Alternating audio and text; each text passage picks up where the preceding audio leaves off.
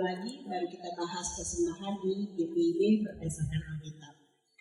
Persembahan menurut Alkitab Perjanjian Baru, kita akan mulai dari apa yang dikatakan Tuhan Yesus sebagai awalnya. Sejatinya Tuhan Yesus itu tidak pernah mengubah apa-apa tentang ritual persembahan. Jadi kalau Bapak Ibu baca di kitab Injil, Matius, Markus, Lukas, Yohanes, tidak ada lagi pembahasan khusus seperti di Perjanjian Lama.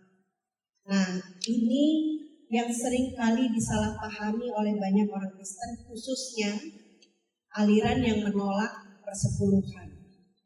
Banyak yang bilang, oh Tuhan Yesus tidak bicara soal persepuluhan, jadi kita tidak perlu lagi memberikan persepuluhan. Sebetulnya nggak begitu ceritanya. Jadi, klaim pertama yang harus kita pahami adalah Tuhan Yesus tidak mengubah apa-apa tentang ritual persembahan. Karena dia juga bagian dari orang Yahudi. Tapi Tuhan Yesus lebih memunculkan maknanya.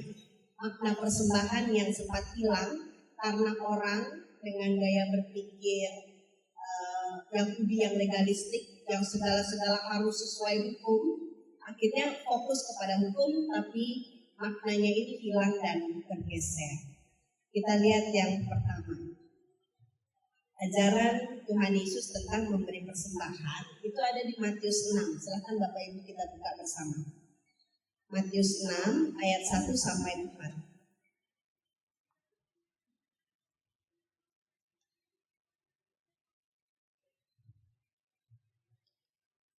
Matius 6 ayat 1 sampai 4. LAI memberi judul memberi sedekah. Dimulai dari ayat 1. Ingatlah, jangan kamu mengamalkan kesalehanmu di depan umum supaya dilihat orang. Ini kritik pertama. Memamerkan kesalehan supaya dilihat orang. Jika melakukan demikian, kamu tidak memperoleh upah dari Bapamu yang di surga. Ayat 2. Jadi apabila engkau memberi sedekah, jangan gembar-gembor seperti yang dilakukan orang munafik. Agak tajam ya.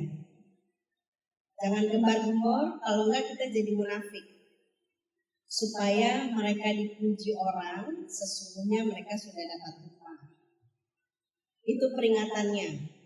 Tidak boleh dipamerin, tidak boleh gembar-gembor. Ayat 3. Jika engkau memberi sedekah, jangan diketahui tangan kiri apa yang diperbuat tangan kanan. Dengan kata lain, orang terdekat aja tidak perlu tahu, apalagi diwartakan di warta jemaat. Ini yang saya bilang. Perkataan Tuhan Yesus ini jangan dilawan. Tangan kiri aja nggak tahu apa yang dikasih tangan kanan, konon lagi jemaat, kan gitu. Jadi ini tetap dipegang prinsipnya. Minggu depan kita akan lihat bagaimana ini diberlakukan di gereja kita secara nyata. Lalu dia bilang, hendaklah sedekahmu itu diberikan dengan tersembunyi. Maka Bapamu yang melihat yang tersembunyi akan membalasnya kepadamu. Ya nggak mungkin juga kalau kita ngasih persembahan, ada kantong kolektor lewat terus kita pura-pura nggak ngasih. Nanti aja tunggu orang pada mulai baru kita kasih, kayak gitu juga. Tapi intinya yang pasti tidak digembar-gemborkan, gak usah cerita-cerita ke orang, kita tadi ngasih persembahan, tidak juga dipamerkan, tapi sebisa mungkin tidak menarik perhatian. Lalu kita lihat di Lukas 21, Markus saja yang dekat, Markus 12. Markus 12. Ini kita pernah bahas beberapa minggu lalu.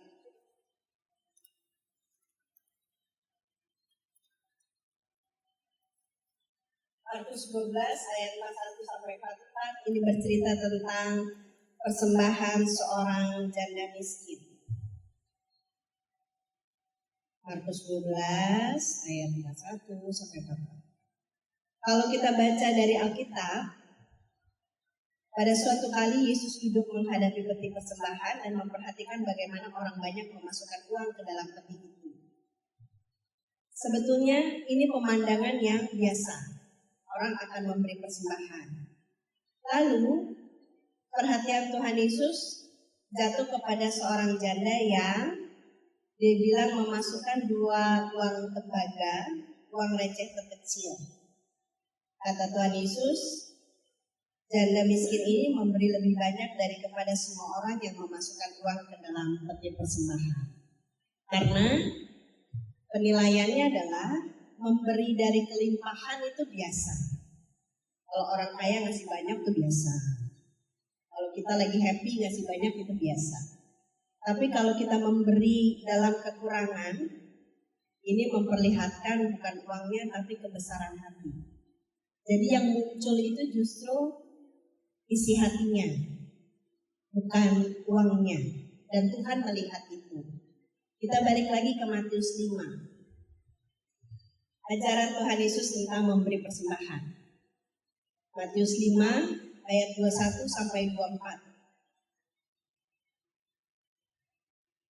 Ini bagian dari khotbah di bukit ya.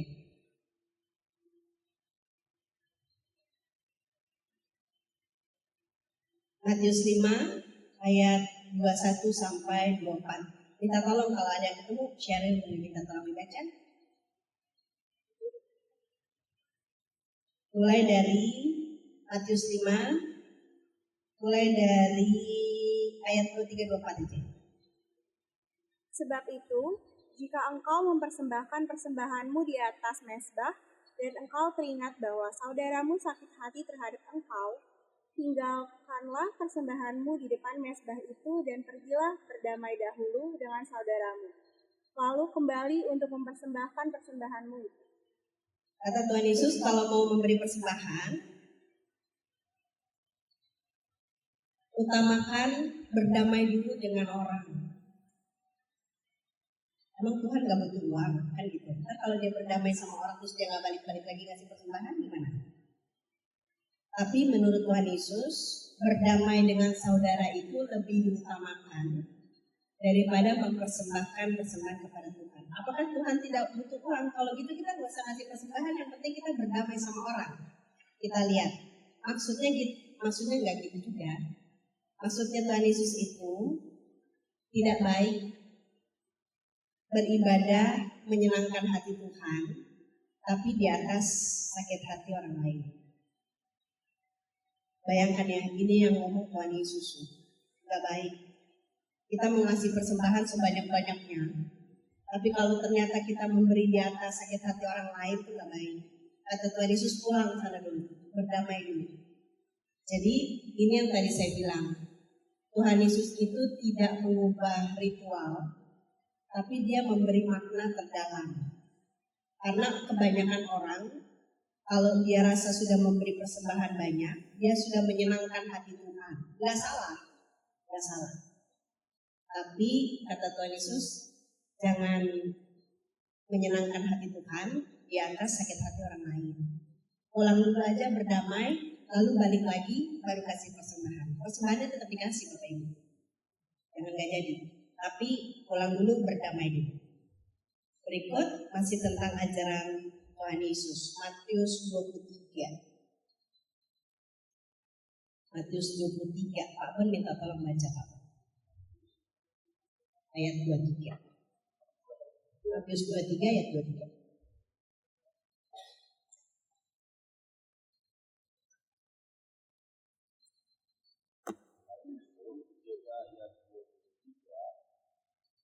Celakalah kamu, hai ahli Taurat dan orang-orang Farisi, hai kamu orang-orang munafik, sebab kamu memberi persetujuan dari mit, ada manis dan jintan. Tetapi yang terpenting dalam hukum Taurat kamu abaikan, yaitu keadilan, belas kasihan, dan kesetiaan. Hal-hal tersebut harus dilakukan tanpa mengabaikan yang lain. Bapak Ibu ada pakai terjemahan yang lama? Tetap terjemahan lama ada? Apa?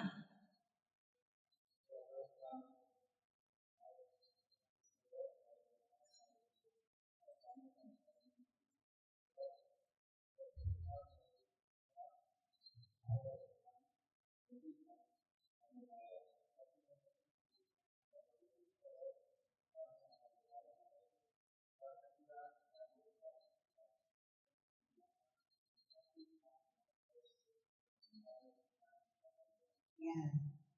Banyak orang Kristen yang memahami ini alasan kita nggak usah ngasih persembahan persepuluhan lagi. Karena Tuhan Yesus bilang persembahan persepuluhan nggak penting menurut ayat ini. Padahal enggak. Kalau kita baca baik-baik, kenapa yang dikritik itu ahli Taurat dan orang Farisi? Karena mereka adalah orang yang paling ahli hukum. Lalu mereka memberi persepuluhan itu benar-benar dihitung. Ini yang disebut, kalau terjemahan lama selasi, terjemahan baru min. Adas, manis, dan jintan ini rempah untuk masak.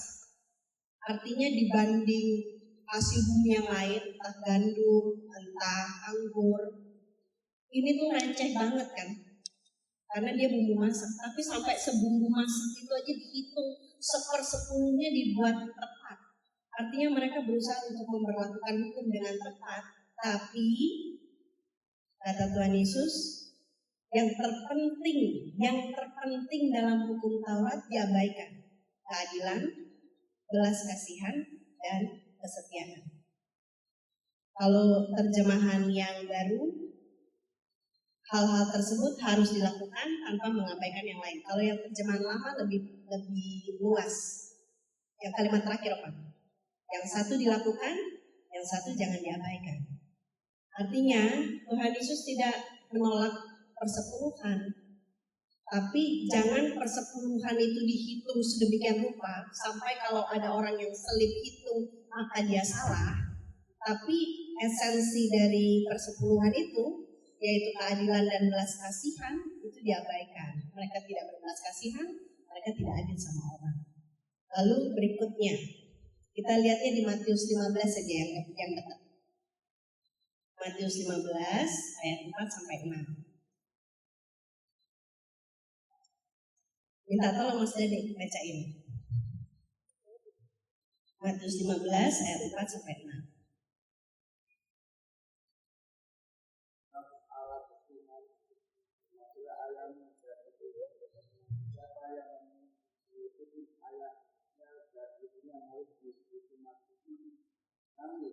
Kamu berkata, siapa saja yang berkata kepada ayahnya atau ibunya segala bantuan dan seharusnya engkau terima darimu adalah bukan kepada Allah. Orang itu tidak wajib lagi menghormati ayahnya dan ibunya. Dan demikian bagaimana Allah itu menyatakan tidak berlaku demi adat istiadat sendiri. Ya. Ini juga ditulis di Markus 7. Kalau Bapak Ibu baca di sini ada semacam excuse, alasan. Uang untuk persembahan sudah dipakai untuk merawat orang tua. Jadi di satu sisi excuse-nya adalah kalau gitu kita nggak usah lagi ngasih persembahan. Atau karena uang persembahan sudah dikasih ke orang tua, yang harusnya buat Tuhan dikasih ke orang tua. Jadi ayat 6, kita nggak harus lagi menghormati ayah dan ibu. Nah inilah yang dikritik oleh Tuhan Yesus juga. Artinya kita nggak bisa pakai excuse, bahkan excuse yang paling termulia sekalipun uangnya sudah dipakai buat bantuin orang. Jadi bantuin orang itu perkara yang satu, memberi persembahan juga perkara yang satu. Tidak bisa dipakai untuk jadi excuse. Walaupun mungkin, mohon maaf lah Tuhan ya, kali ini emang uangnya tinggal segini-segininya, terus ada orang perlu. Tapi anggaplah itu sebagai bantuan kita buat orang. Persembahannya nggak ada, ya mohon maaf lah dipakai buat itu. Tapi bukan berarti, saya udah bantu orang, jadi saya nggak perlu lagi kasih persembahan. Karena nanti ini bahasan 2 minggu lagi. Karena nanti kita lihat peruntukan dari persembahan itu juga tidak kalah penting. Jadi dari 5 penggalan ajaran Tuhan Yesus, kita lihat bahwa Tuhan Yesus lebih memunculkan makna terdalam dari memberi persembahan. Yaitu kalau memberi persembahan itu nggak usah dipamer-pamer, nggak usah gembar-gembar. Ini nanti saya ulang lagi 2 minggu lagi. Kalau mau lihat apakah persembahan saya itu masuk atau enggak, cari aja, tanya di kantor. Nggak usah marah-marah. Ini kok tidak ditaruh di warta. Cari aja, tanya baik-baik ke kantor. Ini apa lupa dicatat, apa salah hitung, apa selip, apa udah dicatat minggu lalu, apa nanti dicatat minggu depan. Nggak usah, salah kata ya, persembahan nggak seberapa, tapi sombongnya kemana-mana gitu kan. Lalu persembahan janda miskin. Persembahan yang kita berikan itu lebih menunjukkan kebesaran hati, bukan masalah uangnya. Nanti kita bahas lagi. Berdamai dulu, menyenangkan hati Tuhan tidak bisa dilakukan di atas sakit hati orang lain. Apalagi mohon maaf ya, mohon maaf. Kalau kita dapat uang dari memeras orang lain, ngalahin orang lain, terus kita taruh di persembahan. Biar ke gereja ada aja, kalau orang ikut, orang ngisi kantong, saya juga ikut ngisi kantong. Tapi uangnya dari mana? Dari meras orang, dari malak orang. Gak bisa gitu, gak bisa gitu. Habis berebutan warisan, terus kita kasih persembahan syukur ke gereja. Mohon maaf ya, gereja mah terima-terima aja, kan kita nggak tahu asal mulanya. Tapi urusan kita sama Tuhan. Gitu. Lalu persepuluhan dan charity, berbuat baik ini juga harus sejalan. Lalu kita beranjak dari zamannya Tuhan Yesus, dari perkataan Tuhan Yesus kita ke zaman Rasul-Rasul. Nah, kalau di zaman Rasul-Rasul ini, Bapak Ibu, kita mulai di Kisah Para Rasul 1. Kalau kita lihat di Kisah Para Rasul 2 dan 4, gaya hidup jemaat mula-mula ini lebih memperlihatkan kehidupan komunitas. Jadi karena yang menjadi anggota persekutuan itu tidak hanya orang Yahudi, tapi mulailah bergabung orang-orang dari bangsa lain yang tidak pernah tahu soal persembahan sukarela, persembahan sulung, persembahan persepuluhan, persembahan korban. Mereka nggak pernah tahu itu. Yang mereka tahu, mereka jadi Kristen, lalu bergabung dengan persekutuan orang percaya. Nah, sejak itu ada perubahan gaya hidup, cara berpikir dari orang-orang yang bergabung itu memengaruhi ritual memberi persembahan serta makna dan peruntukannya. Jadi kayak ada pergeseran. Ini karena orang-orang dari luar yang bukanlah Yahudi, mereka masuk tanpa tahu kalau dulunya orang Yahudi itu punya disiplin persembahan. Jadi mereka masuk bergabung. Kita lihat persembahan pada zaman gereja mula-mula. Ini kita lihat di Kisah Rasul 2. Tapi lebih bagus di Kisah Rasul 4. Lebih lengkap. Kisah Rasul 4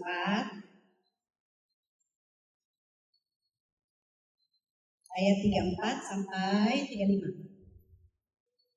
Cara hidup kemana?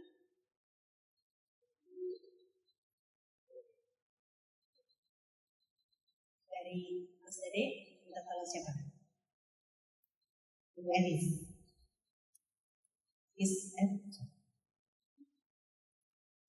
Kisah Rasul 4 ayat 34 sampai 35.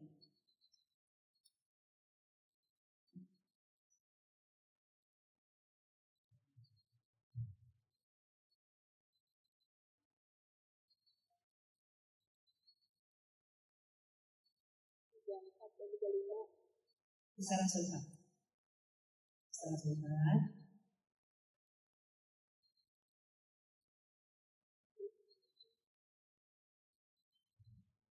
ayat 34 sampai 35. Tidak ada Ya.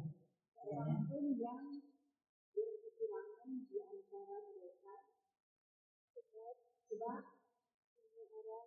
semua orang yang mempunyai anak atau rumah menjual kepunyaannya itu, dan hasil penjualan itu mereka bawa dan mereka dan mereka letakkan di depan kaki para rasul, lalu dibagi-bagikan kepada setiap orang sesuai dengan keperluannya. Ya. Kenapa mereka tidak berkekurangan? Karena setiap anggota persekutuan rela ikhlas menjual harta miliknya, lalu hasil penjualannya dibawa dan diletakkan di depan kaki para rasul. Bapak Ibu, itulah yang membuat P5, walaupun kita suka ngeledek sebagai P-matching, suka matching di situ dan diem aja gitu, salah tingkat sendiri. Kalau di sini kan masih enak ya, ada mimbar kecil, masih bisa gantungan di mimbar, masih bisa pura-pura baca. Kalau di situ kartu mati dia diem aja. Tapi justru ini simbolisasi dari persembahan yang dikumpulkan oleh jemaat diletakkan di bawah kaki rasul, itu simbolisasinya di situ.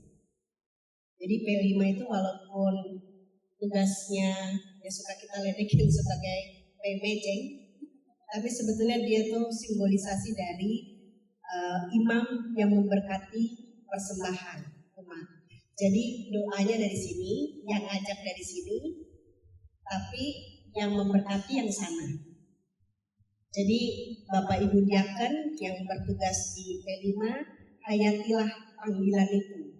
Bahwa walaupun kita berdiri di situ, kadang-kadang suka salah tingkah, kalau cuma tuh banyak kita mama. Kalau di situ kan masih bisa pura-pura baca gitu. Ini mau pura-pura apa? Kantongnya aja nggak ada. Kantongnya kan lagi beda. Tapi hayatilah panggilannya bahwa urapan Tuhan yang kita terima pada waktu penafsiran atau diaken, itulah yang kita teruskan untuk memberkati persembahan itu. Lalu berikutnya di Kisah Rasul 6 ayat 1 dan 2. Ibu Windy ya, Ibu Windy. Kisah Rasul 6 ayat 1 dan 2. Ketika jumlah murid-murid bertambah, timbullah sungguh-sungguh di antara orang-orang yang berbahasa Yunani terhadap orang-orang Ibrani, karena janda-janda mereka diabaikan dalam pelayanan sehari-hari. Kedua belas rasul itu memanggil semua murid berkumpul dan bersatu. Tidak baik jika kami mengabaikan firman Allah untuk melayani mereka. Ya. Persembahan yang dikumpulkan, yang dibahas di Kisah Rasul 6 ayat 1 dan 2, ini bisa uang, bisa barang-barang, bisa juga makanan. Ini yang kalau di gereja-gereja saya lupa di kita ada persembahan diakonia, persembahan meja putih, nah itulah. Jadi bisa dalam bentuk uang, bisa dalam bentuk bahan makanan.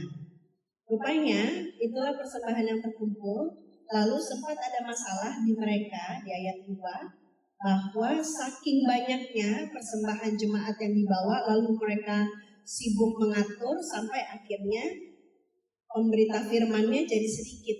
Jadi orang pada sibuk mengatur persembahan yang datang, akhirnya nggak ada lagi yang memberitakan firman.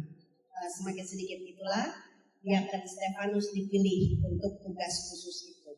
Jadi persembahan gereja mula-mula ternyata agak bergeser dari yang kita pahami 2 minggu lalu tentang persembahan sukarela, persembahan persepuluhan. Dia agak geser walaupun tidak mengubah, nanti kembali lagi. Tapi karena waktu itu semangatnya adalah supaya komunitas ini, persekutuan ini kumpul dulu, guyup dulu, gak kemana-mana. Jadi mereka rela memberikan berbagai banyak hal yang dijadikan persembahan untuk Tuhan.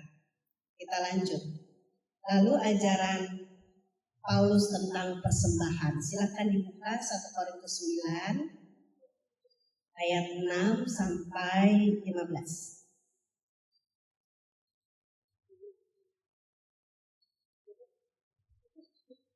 1 Korintus 9 ayat 6 sampai 15. Minta tolong dia bacakan ayat 6 dan 7.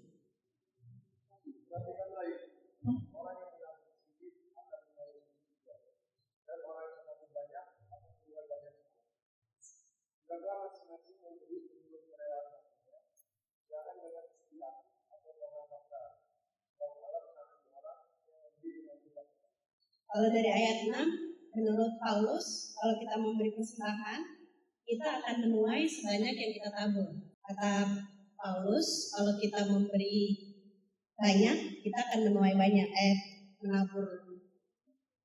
Kita akan menuai sesuai yang kita tabur.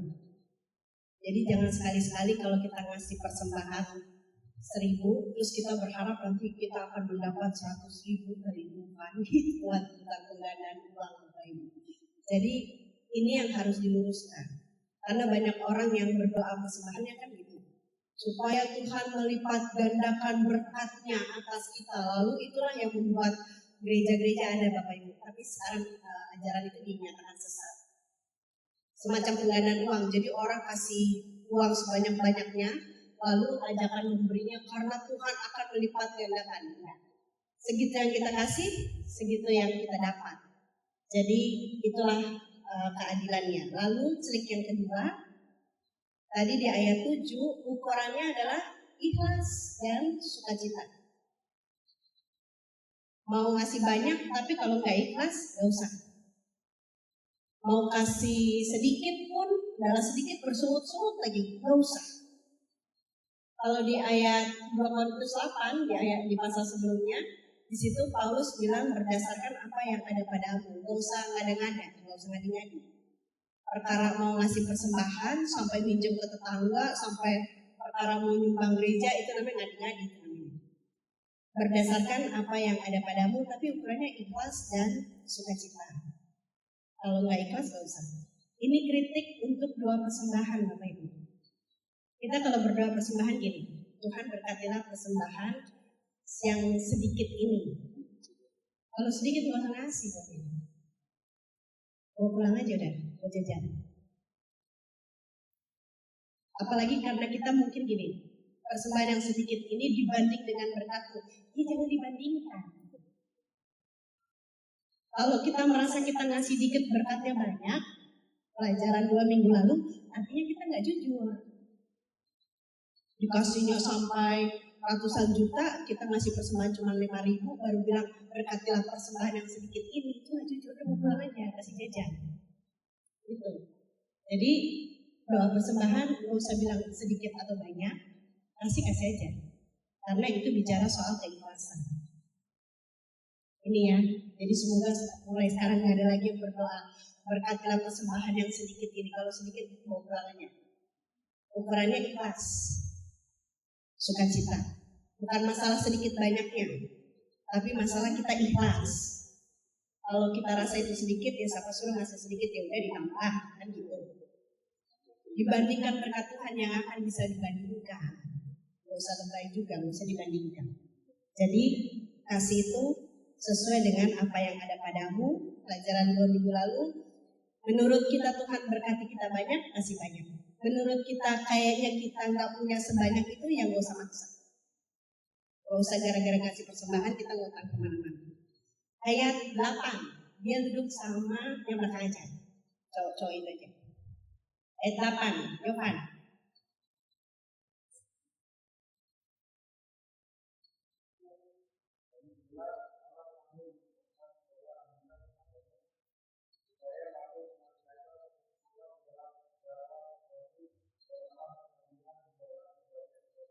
Oke, kita baca sama-sama.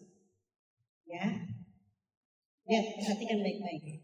Allah sanggup melimpahkan segala anugerah supaya kamu cukup. Ya, kita tidak akan berkekurangan. Si pemberi tidak akan berkekurangan, tapi berlimpah dalam berbagai perbuatan baik, bukan dalam harta bendanya. Jadi jangan sekali-sekali pakai ayat ini untuk mengatakan nanti Tuhan akan membuat kita berkelimpahan seterusnya. Dalam berbagai perbuatan baik.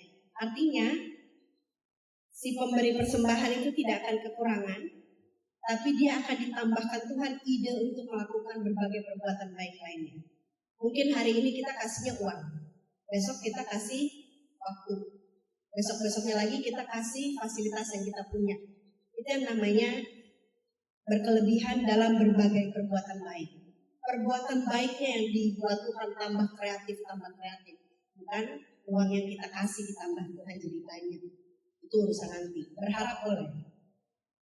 Tapi sebaiknya kasih aja Bapak Ibu. Lalu di ayat 10. Yose ayat 10. Yose.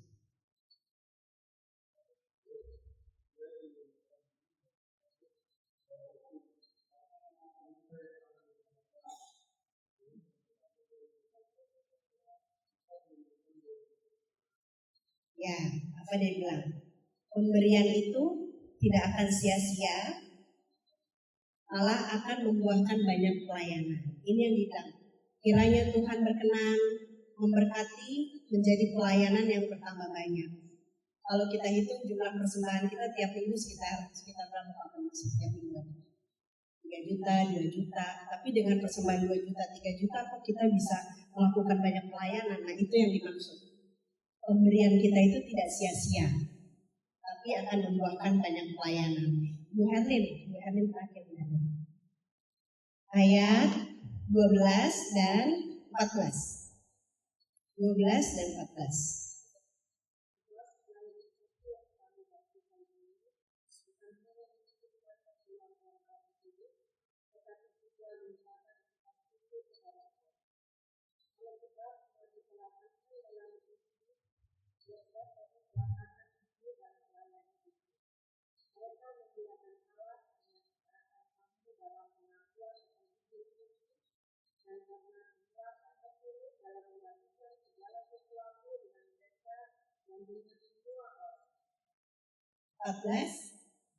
Kan?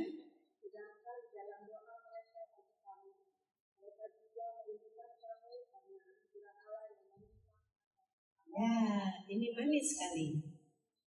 Ayat 12, pemberian kita, persembahan kita itu tidak hanya mencukupkan kebutuhan orang, tapi membuat orang bersyukur. Manis sekali. Setelah bersyukur, ayat 14, dia juga akan mendoakan kita. Entah didoakannya dalam hati, entah dia memberkati kita. Kan ketika orang bilang terima kasih ya, Tuhan berkati, kan kita diberkati toh. Jadi ini yang manis. Ketika kita memberi persembahan kita itu tidak hanya mencukupkan kebutuhan orang, tapi membuat mereka mengalami Tuhan, membuat mereka berjumpa dengan Tuhan, kita juga didoakan. Itu ajaran Paulus tentang persembahan. Masih tentang ajaran Paulus juga. Berikutnya. Nah, ini kita pindah ke Roma 12. Ada ayat di situ. Karena itu, saudara-saudara, oleh kemurahan Allah, aku menasihatkan kamu supaya kamu mempersembahkan tubuhmu sebagai persembahan yang hidup, yang kudus dan yang berkenan kepada Allah. Itulah ibadahmu yang sejati. Di Roma 12 ini, Paulus lebih memperlihatkan peningkatan atau perluasan makna. Pertama, dia mulai dengan pertobatan. Ya kan? Supaya kamu mempersembahkan tubuhmu, mempersembahkan tubuh yang mana? Mempersembahkan tubuh yang bertobat. Pertobatan kita itu persembahan buat Allah. Upaya kita untuk membarui diri itu persembahan kita buat Allah. Menurut Roma 12, menjadikan tubuh kita tidak lagi menjadi alat kejahatan atau menjadi barang yang cemar, itu sudah persembahan. Tidak lagi membuat tubuh kita menjadi alat kejahatan. Mulut tidak dipakai buat jahat, hati pikiran tidak dipakai untuk jahat, giat melayani dan berbuat baik, itu persembahan. Itu yang dibilang Paulus, persembahan yang hidup, kudus dan berkenan. Yang hidup itu tubuh kita, hidup kita, kedirian kita. Yang kudus itu bertiga ini, berdua sih. Yang bertobat, upaya membarui diri itu persembahan yang kudus. Tidak lagi menjadikan tubuh kita ini alat kejahatan, itu persembahan kudus. Yang berkenan, melayani dan berbuat baik. Nah kalau dilihat di sini, ini ternyata saling melengkapi dan saling berhubungan. Persembahan yang tadinya pemberian materi dalam bentuk uang, bahan makanan, dalam bentuk barang, itu diperluas maknanya menjadi pemberian diri. Pemberian diri itu maksudnya pertobatan, pembaruan, pelayanan. Pemberian diri ini dibuktikan dengan pemberian materi. Jadi ini yang dibilang, akhirnya kita melihat persembahan secara utuh. Awal mulanya kan berangkat dari sini nih, dari perjanjian lama. Ada uang, ada barang berharga, ada persembahan kurban, nanti diolah jadi makanan, jadi barang. Lalu diperluas bahwa yang inti dari pemberian ini adalah pemberian diri. Kan yang memunculkan keikhlasan, yang memunculkan kebesaran hati, itu masuk ke pemberian diri. Pemberian diri itu terdiri dari, kalau kita bertobat itu persembahan. Kita berusaha menjadi lebih baik itu persembahan. Kita melayani itu persembahan. Buktinya balik lagi ke sini. Jadi ini yang diajarkan oleh Paulus. Akhirnya kita lihat ada perluasan makna yang luar biasa berkaitan dan tidak terpisahkan. Ada hal-halnya. Kalau cuma pemberian materi, sebetulnya ini ada. Ini menjadi dasar dari pemberian materi. Tapi kalau kita fokus di sini, ini yang dikritik Tuhan Yesus. Pertobatan, pembaruan, dan pelayanan ini nggak jalan. Tapi kalau cuma kebanyakan ngomong, pertobatannya aja, pembaruan aja, tapi tidak ada pemberian materi, artinya kita tidak berdampak. Kan kita lihat di 2 Korintus 9, orang akan dicukupkan, mereka akan memuji Allah, dan mereka juga akan mendoakan kita.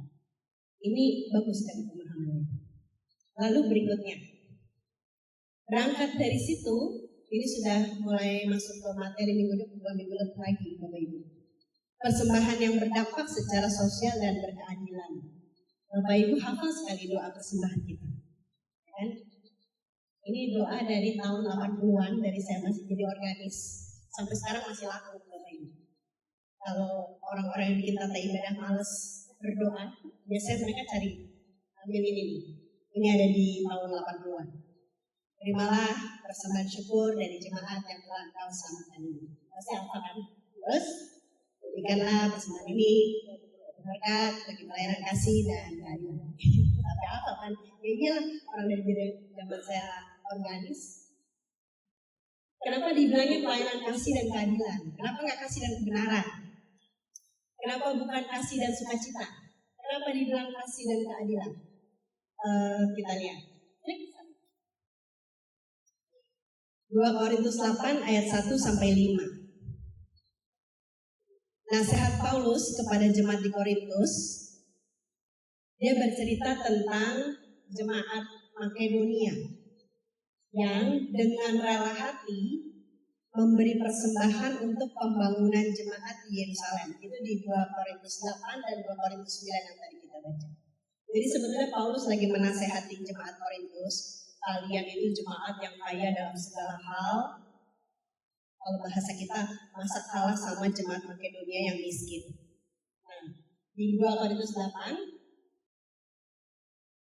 dengan kerelaan sendiri, jemaat yang sedang berada dalam berbagai penderitaan memberi diri untuk mengambil bagian dalam pelayanan karena kasih.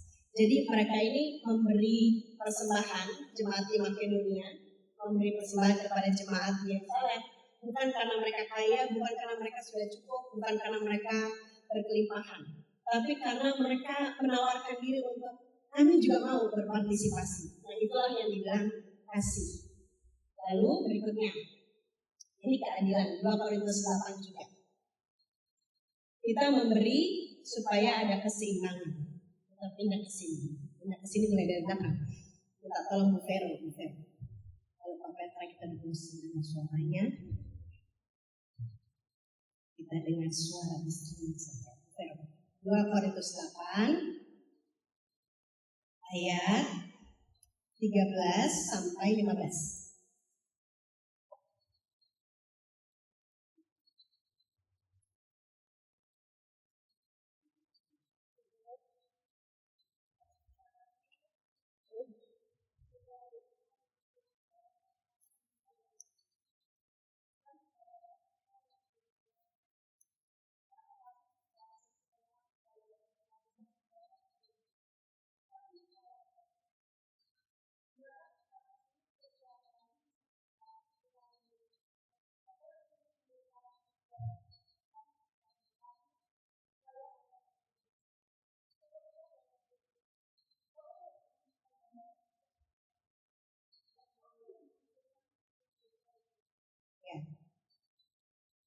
Ini yang dibilang keseimbangan. Kalau kita memberi bukan karena kita dibebani. Ini kan penyakitnya gitu ya, kita suka merasa gini. Kenapa sih kalau misalnya gereja butuh apa-apa minta pasti ke kita. Seolah-olah kita jadi donatur. Sebetulnya enggak gitu juga cara berpikirnya. Kita dimintai tolong itu bukan supaya orang lain enak-enak aja, kita nyumbang banyak, dia nyumbang sedikit, tapi sama-sama ikut itu bisa. Dia nyumbang, kita nyumbang banyak, dia ngasih sedikit, makannya banyakan dia. Konsumsinya dia bobol. Tapi maksudnya supaya ada keseimbangan. Cara berpikir kita ini yang dibongkar. Jadi kita nggak usah mikir kita ngasih lebih banyak dari orang lain, jangan dibanding-bandingkan. Bapak Ibu nggak pernah tahu apa yang orang kasih ke Tuhan. Mungkin dalam situasi seperti ini, pemberian kita dalam bentuk uang itu menurut kita lebih banyak dari orang lain. Tapi kan kita nggak tahu orang lain itu sudah memberikan waktunya, perhatiannya, tenaganya untuk pelayanan.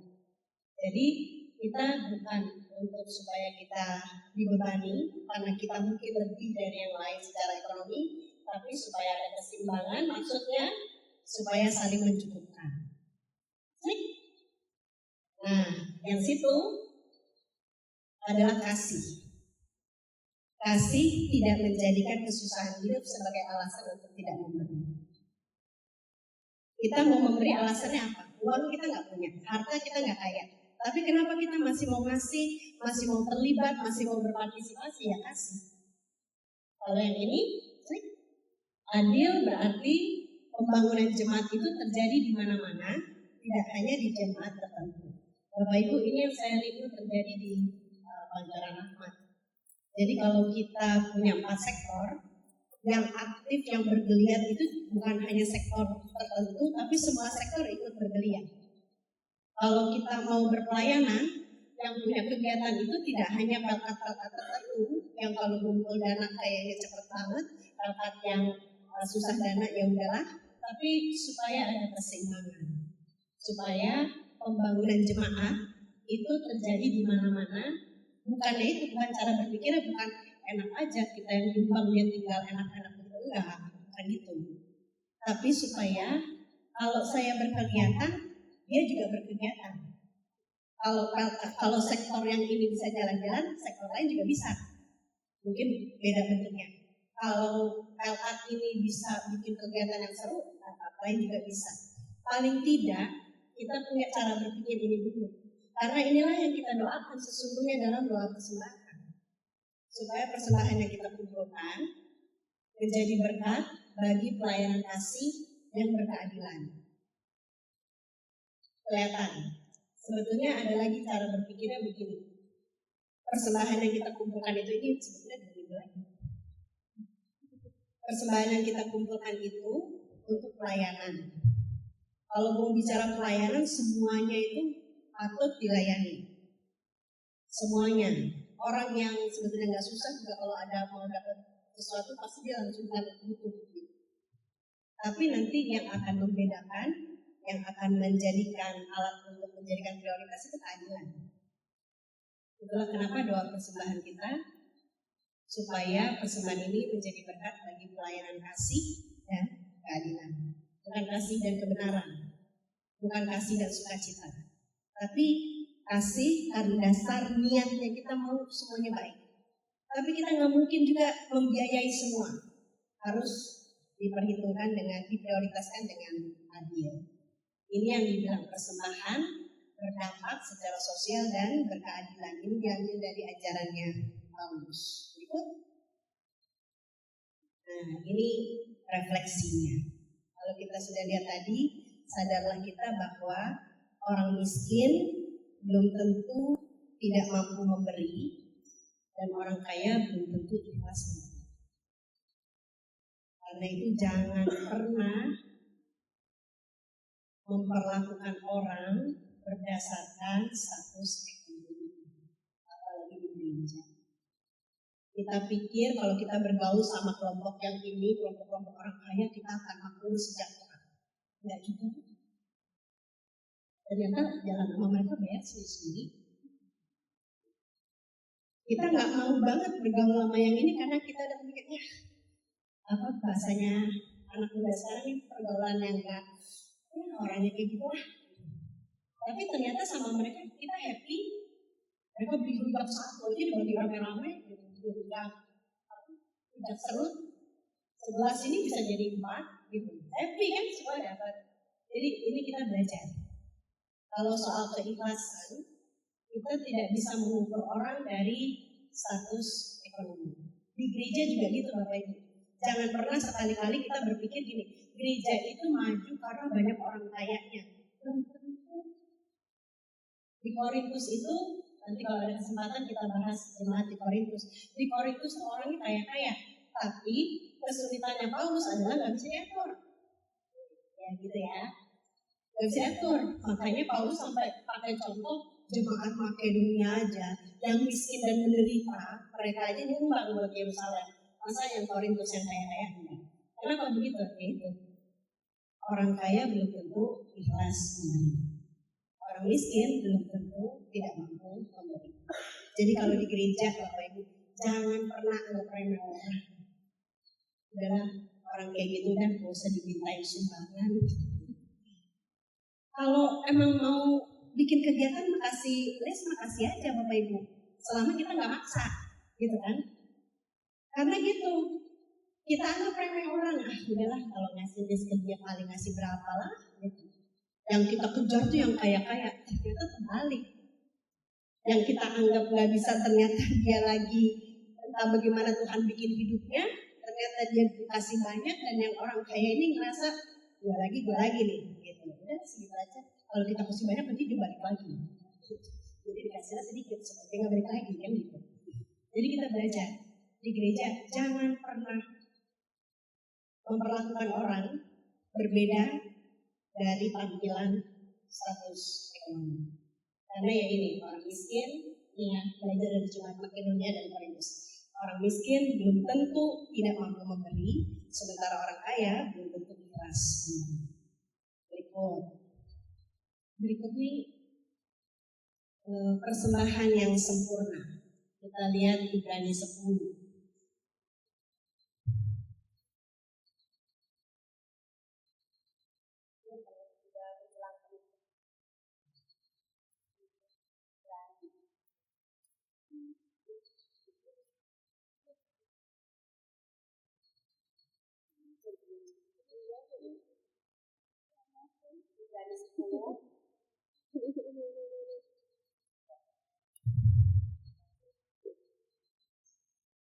Coba deh Kak, soalnya di sini ketutup. Ibrani 10 kita lihat di ayat ya. Kalau baca semuanya panjangan. Ayat berapa itu Kak? 1 sampai 4 ya.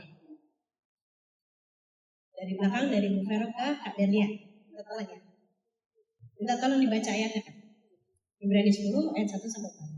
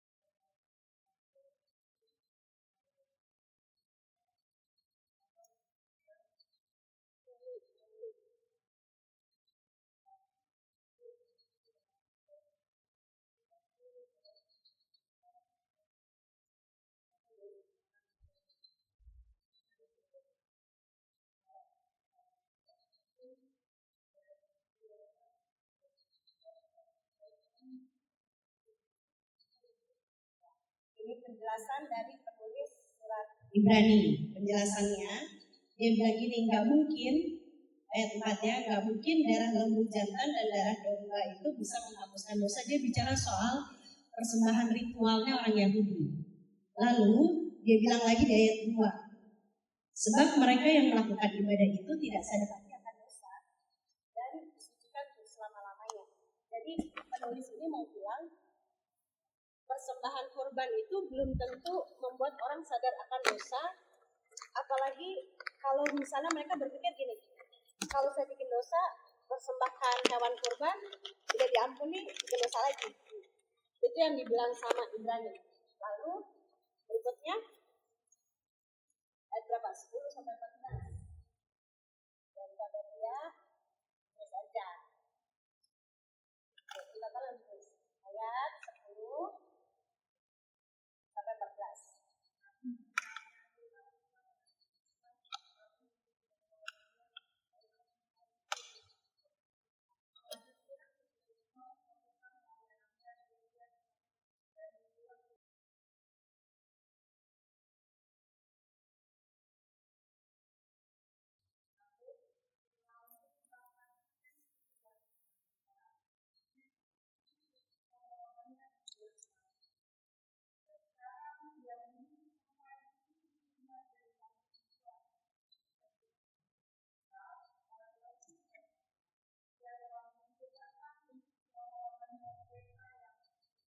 Ya.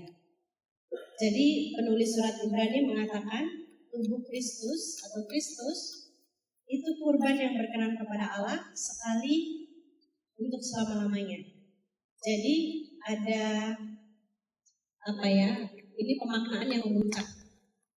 Kalau korban hewan itu bisa dilakukan berulang-ulang dan tidak akan membuat orang diselamatkan, maka penulis surat Ibrani mengatakan Kristus itu sudah dipersembahkan sekali untuk selama-lamanya. Jadi nggak perlu lagi ada korban-korban hewan.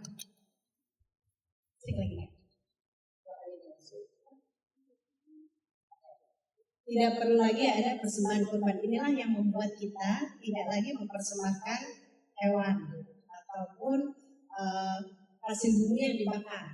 Kalau hasil bumi yang dikumpulkan di gereja didoakan lalu dibagikan ke jemaat atau dijual di jemaat, hasil untuk persembahan itu masih bisa. Tapi bukan persembahan bakaran.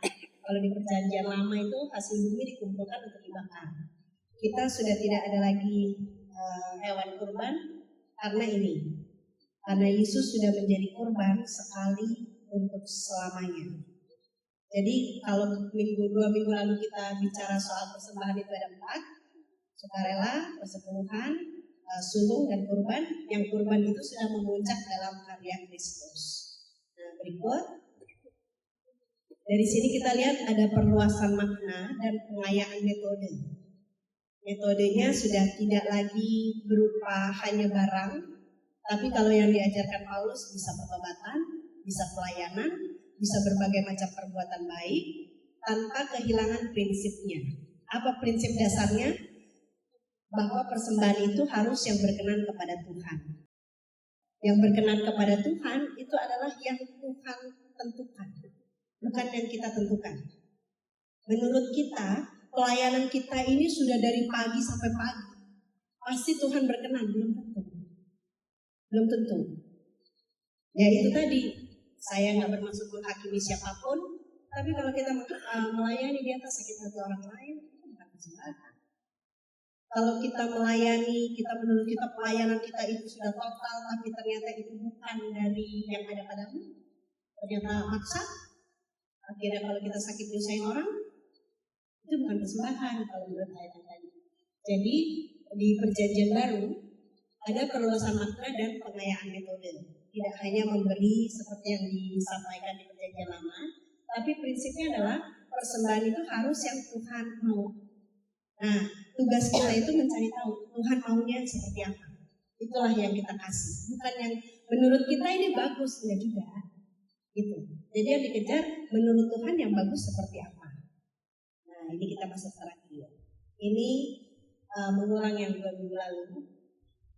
Apa yang dipersembahkan menunjukkan niat dan perasaan atau emosi si pemberi. Jadi ini yang saya mau ulang. Bahwa ketika kita memberi persembahan, kalau di perjanjian baru jelas sekali Tuhan Yesus mengutamakan ini. Tuhan Yesus mengutamakan sikap hati yang terlihat dari cara kita memberi dan apa yang kita berikan. Sikap hati terlihat dari cara kita memberi. Kalau harus banget dipamer, harus banget dibanding-bandingkan dengan orang, nah, ukur-ukur sendiri lah. Tuhan melihat sikap hati dan cara kita memberi. Nah, ini terakhir, ini lagu Kidung Jemaat 169. 169 bilang ayat 5, bait 5, sekalipun jagat raya punya kita persembahkan kepada Tuhan, yang Tuhan minta itu diri kita yang utuh. Diri kita yang bertobat, pertobatan itu kelihatan dari cara hidup. Diri kita yang berpulih itu kelihatan dari cara kita memberi dan apa yang kita beri. Jadi ini yang dibilang, apa yang Tuhan kehendaki, diri kita yang utuh. Mulai dari pertobatan, pemulihan dengan segala bukti nyatanya. Sampai di sini. Amin.